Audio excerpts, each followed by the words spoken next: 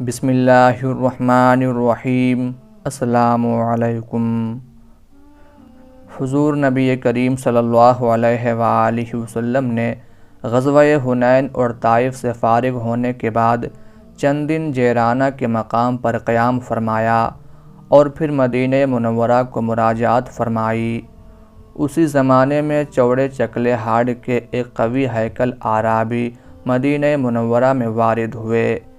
یہ صاحب تازہ سعادت اندوز اسلام ہوئے تھے اور اب اپنی گزشتہ زندگی کی تلافی کرنے کے لیے ذات رسالت مآب صلی اللہ علیہ وآلہ وسلم کے فیوز و برکات سے مقدور بھر متمتع ہونا چاہتے تھے۔ چنانچہ ان کے وقت کا بیشتر حصہ بارگاہ رسالت میں گزرتا تھا اور وہ اکثر حضور صلی اللہ علیہ وآلہ وسلم سے دینی مسائل پوچھتے رہتے تھے۔ حضور صلی اللہ علیہ وآلہ وسلم بھی ان پر بڑی شفقت فرماتے تھے اور ان کی تعلیم و تربیت پر خاص توجہ دیتے تھے۔ ایک مرتبہ ان صاحب نے حضور صلی اللہ علیہ وآلہ وسلم سے دریافت کیا، یا رسول اللہ صلی اللہ علیہ وآلہ وسلم، میں نے اپنے اونٹ کے لیے ایک حوض میں پانی بھرا ہو اور کوئی بھٹکا ہوا اونٹ میرے حوض پر آ جائے تو کیا اس بھٹکے ہوئے اونٹ کو پانی پلانے سے مجھے کوئی اجر ملے گا؟ حضور صلی اللہ علیہ وآلہ وسلم نے فرمایا، کیوں نہیں، کسی بھی ذی روح کو پانی پلانا ثواب کا باعث ہے۔ غرض ان صاحب نے بڑے ذوق و شوق کے ساتھ فیضان نبوی صلی اللہ علیہ وآلہ وسلم سے بہرہ یاب ہونے کا سلسلہ برابر جاری رکھا، یہاں تک کہ آفتاب رسالت اللہ تعالیٰ کی شفق رحمت میں مستور ہو گیا۔ یہ صاحب رسول جن کے دل میں تعلیم دین کے حصول کی اس قدر تڑپ تھی اور جن کو حضور صلی اللہ علیہ وآلہ وسلم غیر معمولی لطف و کرم سے نوازتے تھے، حضرت سراقہ بن جوشم مدلجی رضی اللہ تعالی عنہ تھے۔ حضرت سراقہ بن جوشم رضی اللہ تعالی عنہ تاریخ اسلام کی ایک نامور شخصیت ہیں۔ ان کے والد کا نام مالک اور دادا کا نام جوشم تھا۔ چونکہ عرب میں باپ کے بجائے دادا کی طرف ابنیت کے منسوب کرنے کا رواج بھی پایا جاتا تھا، اس لیے اہل سیر نے ان کا نام سراقہ بن مالک اور سراقہ بن جوشم دونوں طرح لکھا ہے۔ حضرت سراقہ رضی اللہ تعالی عنہ کی کنیت ابو سفیان تھی اور ان کا تعلق کنانہ کی شاخ بنو مدلج سے تھا۔ بنو مدلج کا علاقہ مکہ اور مدینہ کے راستے میں قدید کے قریب واقع تھا۔ سراقہ رضی اللہ تعالی عنہ اپنے قبیلے کے رئیس اور بڑے قد کاٹھ کے آدمی تھے، شعر و شاعری میں بھی درک رکھتے تھے اور ان کی شجاعت اور شہسواری کی دور دور تک دھوم مچی ہوئی تھی۔ بنو مدلج سخت بت پرست تھے اور انہوں نے لات کو اپنا معبود اعظم بنا رکھا تھا۔ حضور صلی اللہ علیہ وآلہ وسلم 13 برس تک اہل مکہ اور عرب کے دوسرے قبائل کو توحید کی دعوت دیتے رہے، لیکن اس طویل عرصے میں بہت کم لوگوں کو قبول حق کی سعادت نصیب ہوئی۔ اس دوران میں حضور صلی اللہ علیہ وآلہ وسلم عرب میں صاحب قریش کے لقب سے مشہور ہو گئے تھے۔ بنو مدلج کو بھی حضور صلی اللہ علیہ وآلہ وسلم کی بعثت کا حال معلوم ہو چکا تھا اور ان کے کان آپ صلی اللہ علیہ وآلہ وسلم کی دعوت سے بھی آشنا ہو چکے تھے، لیکن انہوں نے اپنے آبائی مذہب کو ترک کرنا گوارا نہ کیا اور بدستور کفر و شرک کی بھول بھلائیوں میں بھٹکتے رہے۔ 14 بعد بعثت میں حضور صلی اللہ علیہ وآلہ وسلم نے حضرت ابو بکر صدیق رضی اللہ تعالی عنہ اور حضرت عامر بن فہیرہ رضی اللہ تعالی عنہ کی معیت میں سفر ہجرت کا آغاز فرمایا۔ اللہ تعالیٰ نے مشرکین کی آنکھیں پٹم کر دیں اور حضور صلی اللہ علیہ وآلہ وسلم ان کے درمیان سے نکل کر عازم مدینہ ہو گئے۔ کفار مکہ کو آپ صلی اللہ علیہ وآلہ وسلم کی ہجرت کا علم ہوا تو وہ سٹپٹا کر رہ گئے اور انہوں نے آپ صلی اللہ علیہ وآلہ وسلم کی تلاش میں دن رات ایک کر دیے۔ جب وہ اپنی سعی و جستجو میں بالکل ناکام ہو گئے تو انہوں نے مکہ سے مدینہ تک ہر معروف اور غیر معروف راستے اور ان پر آباد بستیوں میں منادی کرا دی کہ جو شخص محمد صلی اللہ علیہ وآلہ وسلم اور ابو بکر رضی اللہ تعالی عنہ کو زندہ گرفتار کر کے ہمارے حوالے کر دے یا انہیں قتل کر کے ہمارا اطمینان کر دے معاذ اللہ، تو اسے ان میں سے ہر ایک کی پوری دیت دی جائے گی، یعنی 100 اونٹ انعام میں دیے جائیں گے۔ قریش مکہ کے قاصدوں نے بنو مدلج تک بھی یہ اعلان پہنچا دیا۔ اس وقت سراقہ رضی اللہ تعالی عنہ اپنے قبیلے بنو مدلج کی مجلس میں بیٹھے ہوئے تھے کہ ایک شخص بھاگا بھاگا آیا اور ان سے کہا، ابھی میں نے ساحل بحر کی طرف کچھ سائے دیکھے ہیں، میرا گمان یہ ہے کہ وہ محمد صلی اللہ علیہ وآلہ وسلم کے ساتھی ہیں۔ سراقہ رضی اللہ تعالی عنہ بڑے ذہین و فریس آدمی تھے، وہ سمجھ گئے کہ اس آدمی کا گمان درست ہے، تاہم انہوں نے مصلحتاً اس شخص کے بیان کی تصدیق نہ کی، بلکہ یہ کہہ کر تردید کر دی کہ یہ فلاں فلاں آدمی ہوں گے جو کچھ دیر پہلے ہمارے سامنے سے گزر کر گئے ہیں۔ اس تردید کا مقصد یہ تھا کہ وہ اپنے قبیلے کے کسی دوسرے آدمی کو شریک کیے بغیر اکیلے ہی انعام حاصل کرنا چاہتے تھے۔ چنانچہ مجلس میں تھوڑی دیر بیٹھنے کے بعد گھر گئے، ہتھیار سجائے اور اپنے گھوڑے پر سوار ہو کر خاموشی کے ساتھ گھر کی پچھلی جانب سے ساحل بحر کی طرف روانہ ہو گئے۔ ایک اور روایت میں ہے کہ انہوں نے اپنی قابل اعتماد باندی سے کہا کہ میرا گھوڑا تیار کر کے اور ترکش باندھ کر فلاں مقام پر لے چلو۔ پھر نیزہ سنبھال کر چپکے سے گھر کی پشت سے نکلے اور باندی سے گھوڑا لے کر حضور صلی اللہ علیہ وآلہ وسلم کے تعاقب میں روانہ ہو گئے۔ بیان کیا جاتا ہے کہ اس وقت حضور صلی اللہ علیہ وآلہ وسلم رابغ کے موجودہ قلعہ اور ساحل بحر کے درمیانی میدان سے گزر رہے تھے۔ سراقہ رضی اللہ تعالی عنہ گھوڑا اڑاتے ہوئے حضور صلی اللہ علیہ وآلہ وسلم کی طرف بڑھ رہے تھے کہ حضرت ابو بکر صدیق رضی اللہ تعالی عنہ نے انہیں دیکھ لیا۔ بے تاب ہو کر حضور صلی اللہ علیہ وآلہ وسلم کی خدمت میں عرض کی، یا رسول اللہ صلی اللہ علیہ وآلہ وسلم، دشمن ہمارے سر پر آ پہنچا۔ حضور صلی اللہ علیہ وآلہ وسلم نے فرمایا، غم نہ کرو، اللہ ہمارے ساتھ ہے۔ اتنے میں سراقہ رضی اللہ تعالی عنہ حضور صلی اللہ علیہ وآلہ وسلم کے قریب پہنچ گئے۔ اس وقت اچانک ان کے گھوڑے نے ٹھوکر کھائی اور وہ نیچے گر پڑے۔ انہوں نے اپنے ترکش سے ازلام یعنی تفاول میں کام آنے والے تیر نکالے اور فال دیکھی تو وہ ان کی خواہش کے خلاف نکلی، تاہم انہوں نے اس کی کچھ پرواہ نہ کی۔ دوبارہ گھوڑے پر سوار ہو کر حضور صلی اللہ علیہ وآلہ وسلم کے پیچھے روانہ ہوئے اور اس قدر قریب پہنچ گئے کہ حضور صلی اللہ علیہ وآلہ وسلم کی تلاوت کی آواز ان کے کانوں میں پہنچنے لگی۔ اللہ کا کرنا ایسا ہوا کہ اب یک لخت ان کے گھوڑے کے پاؤں زمین میں رانوں تک دھنس گئے اور وہ منہ کے بل زمین پر گر پڑے۔ حضرت برا بن عازب رضی اللہ تعالی عنہ نے خود حضرت ابو بکر صدیق رضی اللہ تعالی عنہ سے یہ روایت کی ہے کہ اس وقت ہم سخت زمین سے گزر رہے تھے۔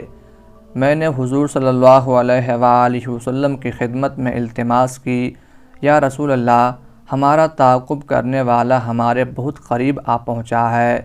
اس پر حضور صلی اللہ علیہ وآلہ وسلم نے بارگاہ رب العزت میں دعا کی اور سراقہ کا گھوڑا زمین میں پیٹ تک دھنس گیا۔ حضرت انس بن مالک رضی اللہ تعالی عنہ سے روایت ہے کہ اس موقع پر حضور صلی اللہ علیہ وآلہ وسلم نے یہ دعا کی کہ الہی اسے گرا دے۔ دوبارہ گرنے کے بعد سراقہ رضی اللہ تعالی عنہ نے پھر فال نکالی اور اب بھی وہ ان کی خواہش کے خلاف تھی۔ انہوں نے بہت کوشش کی کہ گھوڑے کے پاؤں زمین سے باہر نکل آئیں، لیکن ناکام رہے۔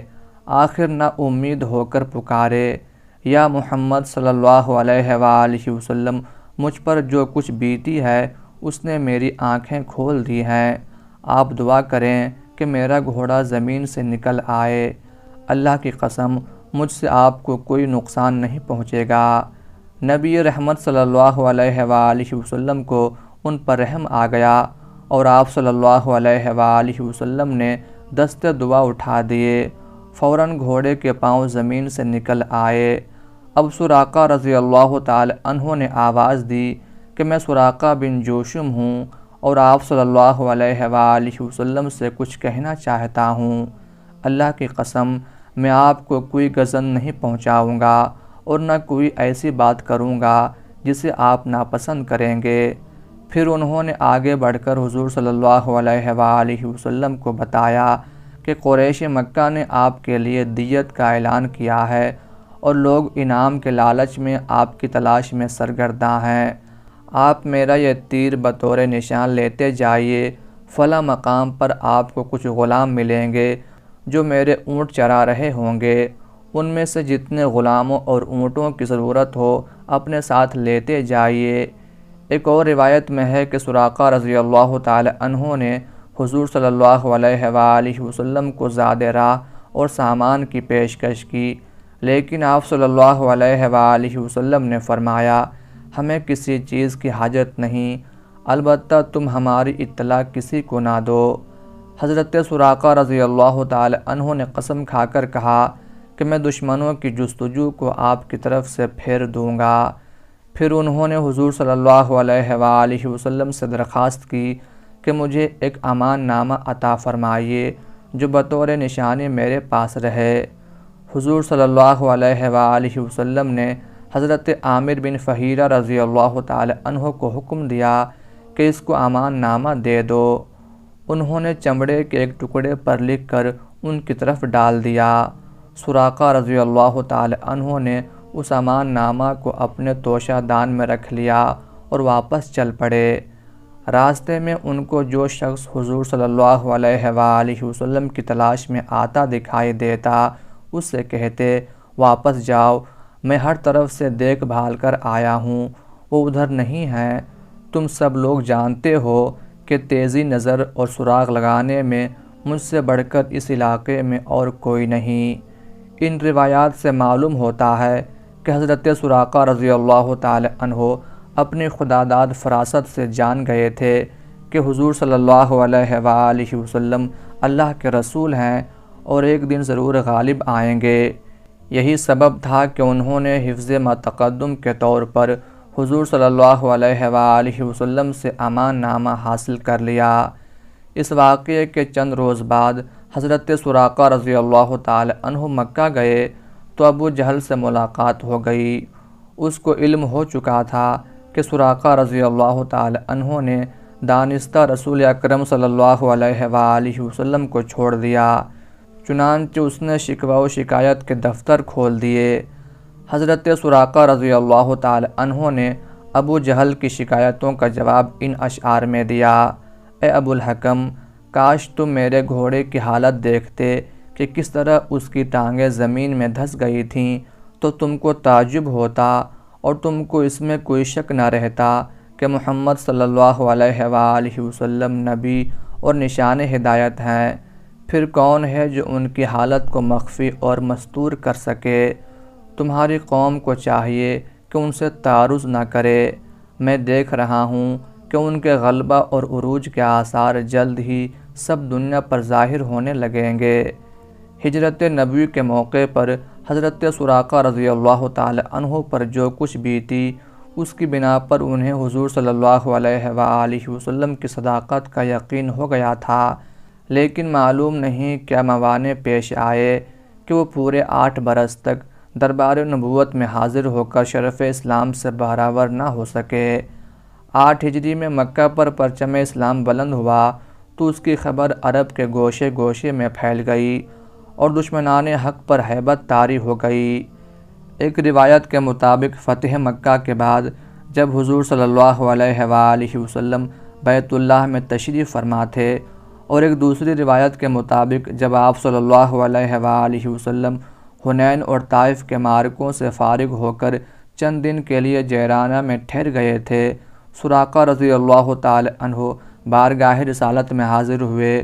اس وقت حضور صلی اللہ علیہ وآلہ وسلم اپنی اونٹنی پر سوار تھے اور آپ صلی اللہ علیہ وآلہ وسلم کے گرد چند انصاری جانثار کھڑے تھے۔ انہوں نے سراقہ رضی اللہ تعالی عنہ کو حضور صلی اللہ علیہ وآلہ وسلم کی جانب بڑھتے دیکھا تو ٹوکا کہ کدھر جا رہے ہو؟ سراقہ رضی اللہ تعالی عنہ نے وہی امان نامہ جو انہوں نے ہجرت کے موقع پر حاصل کیا تھا ہاتھ میں لے کر بلند کیا اور گزارش کی، یا رسول اللہ صلی اللہ علیہ وآلہ وسلم، میں سراقہ بن جوشم ہوں اور یہ آپ صلی اللہ علیہ وآلہ وسلم کا عطا کیا ہوا امان نامہ ہے۔ حضور صلی اللہ علیہ وآلہ وسلم نے فرمایا، آج ایفائے عہد کا دن ہے، قریب آ جاؤ۔ سراقہ رضی اللہ تعالی عنہ حضور صلی اللہ علیہ وآلہ وسلم کے قریب گئے اور کلمہ شہادت پڑھ کر سعادت اندوز اسلام ہو گئے۔ حافظ ابن حجر عسقلانی رحمۃ اللہ علیہ نے الاصابہ میں لکھا ہے کہ حضرت سراقہ رضی اللہ تعالی عنہ کی کلائیوں پر گنجان بال تھے۔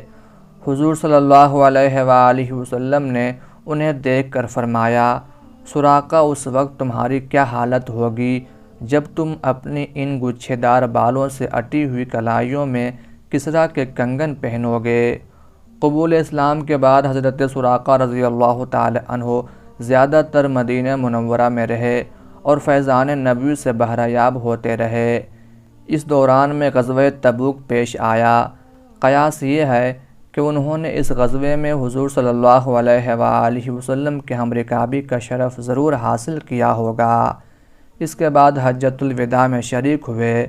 مسند احمد بن حنبل میں ہے کہ حجۃ الوداع کے سفر میں حضور صلی اللہ علیہ وآلہ وسلم عصفان کے مقام پر پہنچے تو حضرت سراقہ رضی اللہ تعالی عنہ نے بارگاہ نبوی میں عرض کیا، یا رسول اللہ، ہم کو اس نوزائیدہ قوم کی طرح تعلیم دیجیے جو گویا ابھی ظہور میں آئی ہے۔ کیا ہمارا یہ عمرہ اسی سال کے لیے ہے یا ہمیشہ کے لیے؟ حضور صلی اللہ علیہ وآلہ وسلم نے فرمایا، نہیں، ہمیشہ کے لیے۔ ایک مرتبہ آپ صلی اللہ علیہ وآلہ وسلم نے ان سے مخاطب ہو کر فرمایا، جانتے ہو دوزخیوں اور جنتیوں کی کیا پہچان ہے؟ انہوں نے عرض کیا، میرے ماں باپ آپ پر قربان، آپ ہی ارشاد فرمائیے۔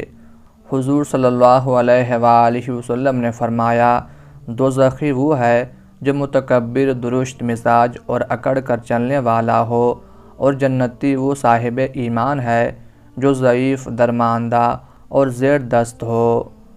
حضور صلی اللہ علیہ وآلہ وسلم کے وصال کے بعد حضرت سراقہ رضی اللہ تعالی عنہ کہاں اور کس حال میں رہے، کتب سیر اس کے بارے میں خاموش ہیں۔ البتہ بہت سے ارباب سیر نے یہ واقعہ تواتر کے ساتھ بیان کیا ہے کہ چند سال بعد حضرت عمر فاروق رضی اللہ تعالی عنہ کے دور خلافت میں ایران کا دارالسلطنت مدائن فتح ہوا اور کسریٰ کا خزانہ مسلمانوں کے ہاتھ آیا تو اس میں کسریٰ کا تاج، زیور، لباس اور دوسرے شاہی لوازمات بھی تھے۔ یہ سب چیزیں مال غنیمت کے اس حصے میں شامل کر دی گئیں جو بارگاہ خلافت میں بھیجی گئیں۔ حافظ ابن حجر رحمۃ اللہ علیہ نے اصابہ میں بیان کیا ہے کہ مال غنیمت تقسیم ہونے لگا تو حضرت عمر فاروق رضی اللہ تعالی عنہ نے حضرت سراقہ رضی اللہ تعالی عنہ کو بلا کر کسریٰ کا تاج ان کے سر پر رکھا اور شاہی کنگن ان کے ہاتھوں میں پہنا کر شاہی پٹکا ان کی کمر میں باندھا۔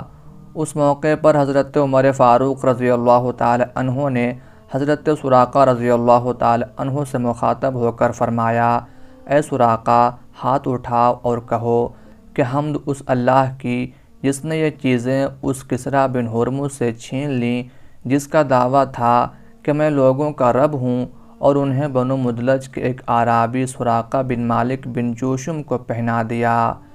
حافظ ابن قیم رحمۃ اللہ علیہ نے زاد المعاد میں بیان کیا ہے کہ حضرت عمر فاروق رضی اللہ تعالی عنہ نے حضرت سراقہ رضی اللہ تعالی عنہ کو کسریٰ کے کنگن پہنا کر فرمایا، اے سراقہ رضی اللہ تعالی عنہ، اس غنیمت میں یہ کنگن تمہارے حصے میں آئے ہیں۔ حافظ ابن حجر رحمۃ اللہ علیہ کے بیان کے مطابق حضرت سراقہ رضی اللہ تعالی عنہ نے 24 ہجری میں وفات پائی۔ یہ حضرت عثمان غنی رضی اللہ تعالی عنہ کا عہد خلافت تھا۔